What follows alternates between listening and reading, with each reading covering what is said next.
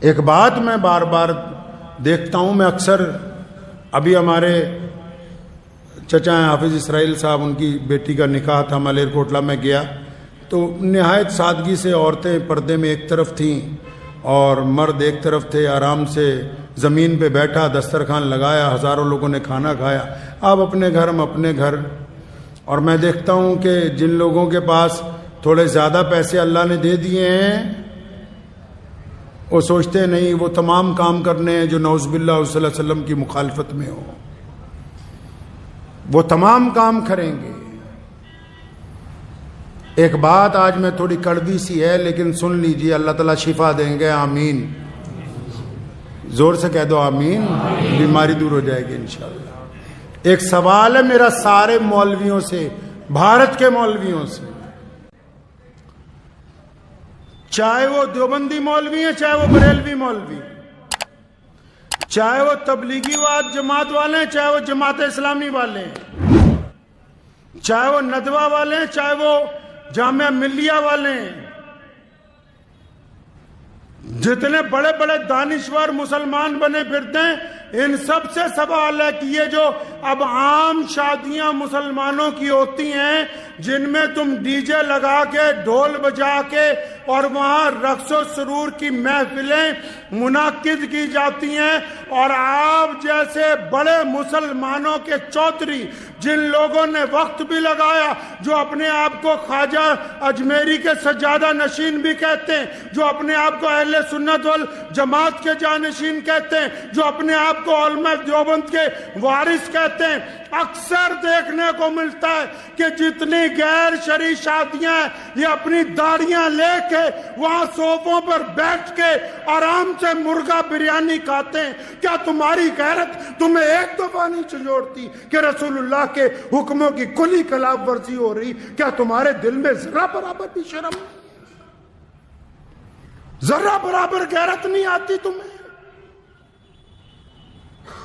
کہا مفتی صاحب نے، کہنے لگے میں گیا لڑکی کو پوچھا کہ تمہیں فلاں کے ساتھ نکاح میں دے دیا، یہ گواہ کھڑے، یہ وکیل کھڑا ہے، تجھے قبول ہے؟ لڑکی بولتی نہیں۔ فرمایا 3 دفعہ پوچھا، لڑکی بولتی نہیں، تو سارے مفتی مل کے کیا کہتے ہیں کہ اگر بولتی نہیں ہے تو اس کا مطلب رضامند ہے، دستخط کراؤ نکاح ہو گیا۔ کیا ہے جی؟ رضامند ہے۔ شریعت نے کہا کہ اگر وہ شرم کی وجہ سے نہیں بولتی تو رضامند ہے، اور اگر رضامند نہ ہوتی تو بغاوت کرتی۔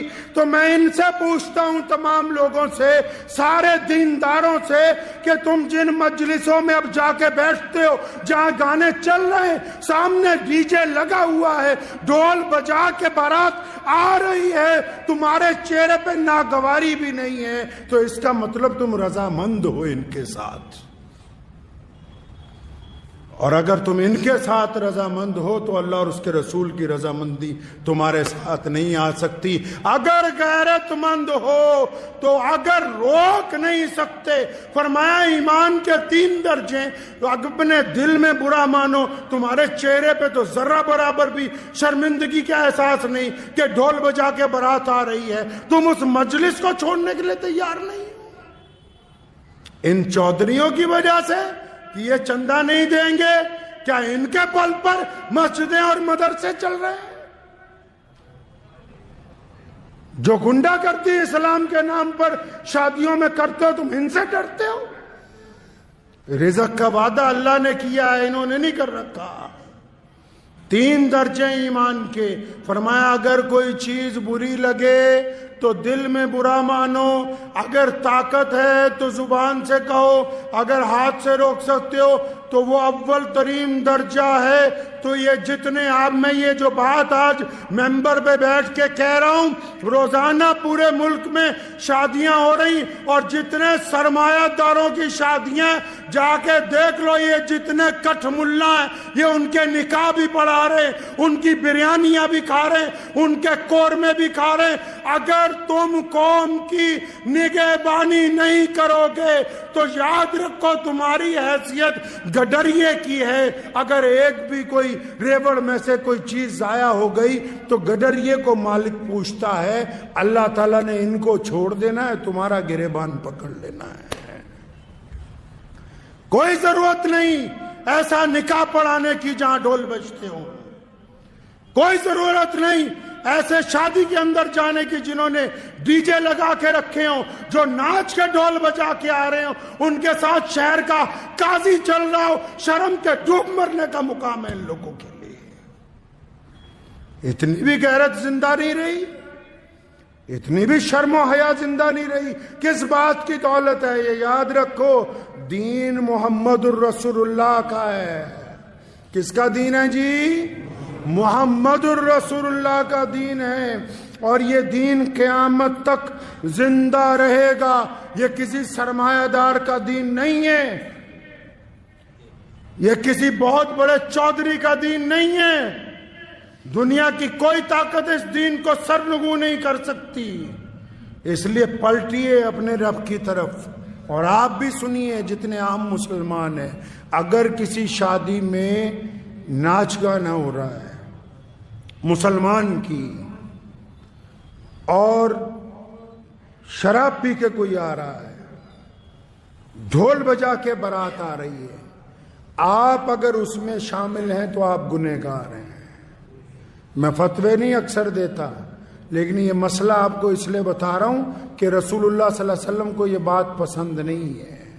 رسول اللہ نے سادگی سے نکاح کا حکم دیا. عبد الرحمن بن عوف جلیل القدر صحابی, اربوں پتی آدمی, رسول اللہ نے فجر میں پوچھا عبد الرحمن یہ کپڑوں پہ لال رنگ کا داغ لگا, فرمایا یا رسول اللہ رات میرا نکاح ہوا تھا تو مہندی لگ گئی تھوڑی سی. کچھ نہیں کہا رسول اللہ نے کہ ہمیں نہیں بلایا, فلاں کو نہیں بلایا.